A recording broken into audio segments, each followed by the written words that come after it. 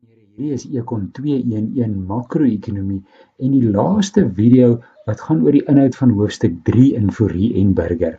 Dit is leereenheid 2 en ons het gekyk na die basiese model van die ekonomie en die laaste paar video's spesifiek oor die ESLM model. Hierdie heel laaste een gaan oor die effektiwiteit van beleid binne die ESLM raamwerk. Nou, effektiwiteit hang natuurlik af van die hellings van die ES en die LM. En wanneer ons praat van effektiwiteit, dan praat ons van wat is die impak van beleid op uitset of inkomste.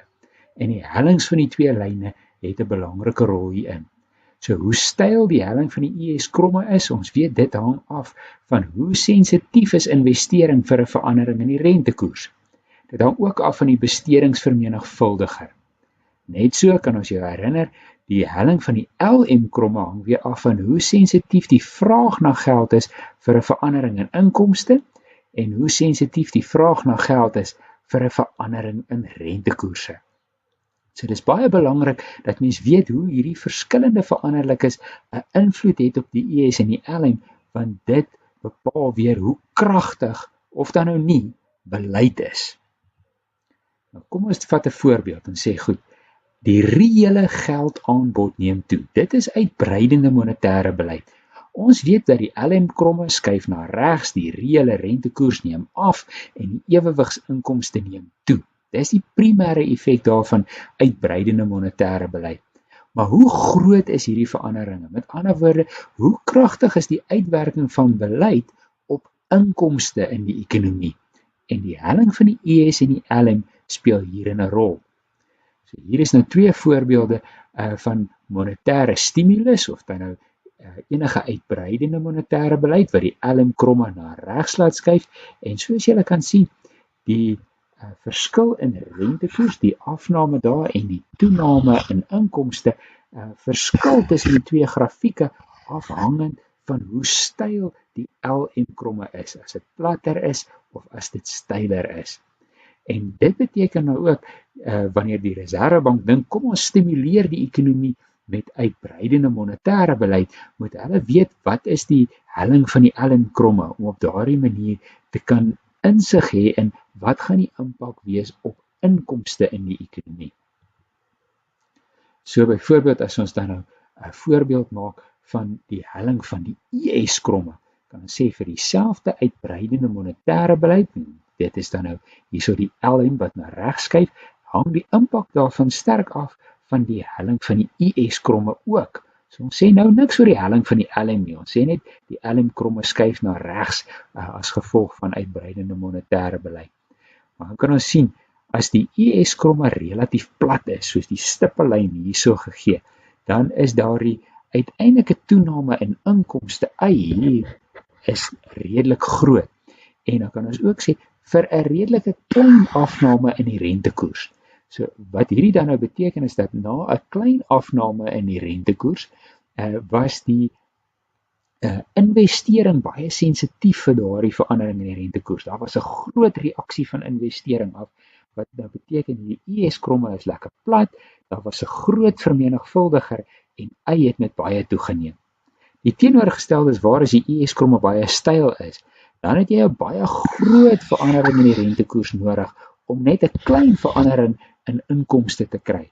So toe die rentekoers afneem, toe het investering nie regtig reageer nie. Daar was net 'n klein toename en die vermenigvuldiger was laag, so daar was ook nie veel van 'n toename in besteding en in uitset nie.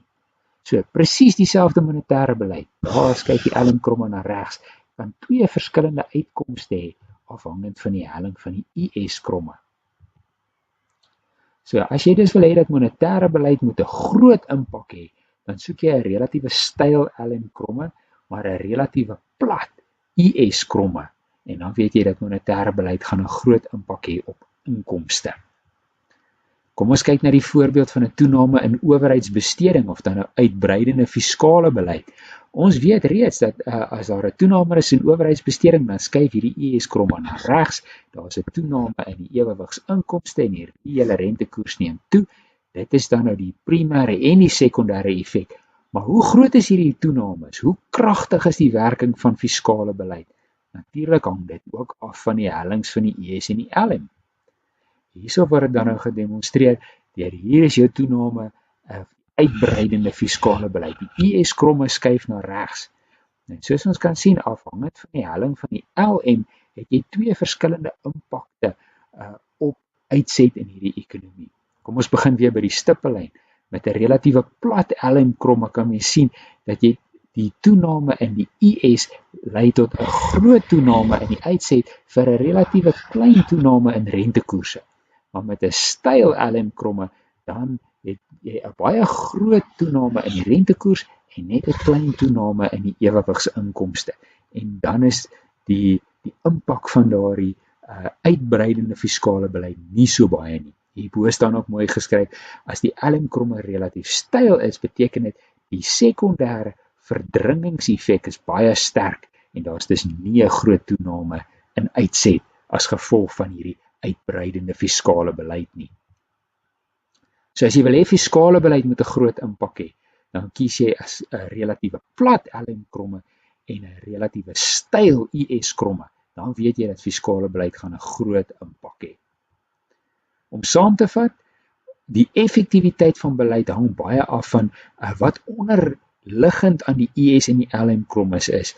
Hoe sensitief daai vraag na geld is vir 'n verandering in inkomste, vir 'n verandering in rentekoerse, met hoe baie investering verander as rentekoerse verander, van hoe groot die vermenigvuldiger is. Daardie is almal faktore wat die helling van die IS en die LM bepaal, en dit bepaal weer hoe groot is die impak van beleid op inkomste in die ekonomie.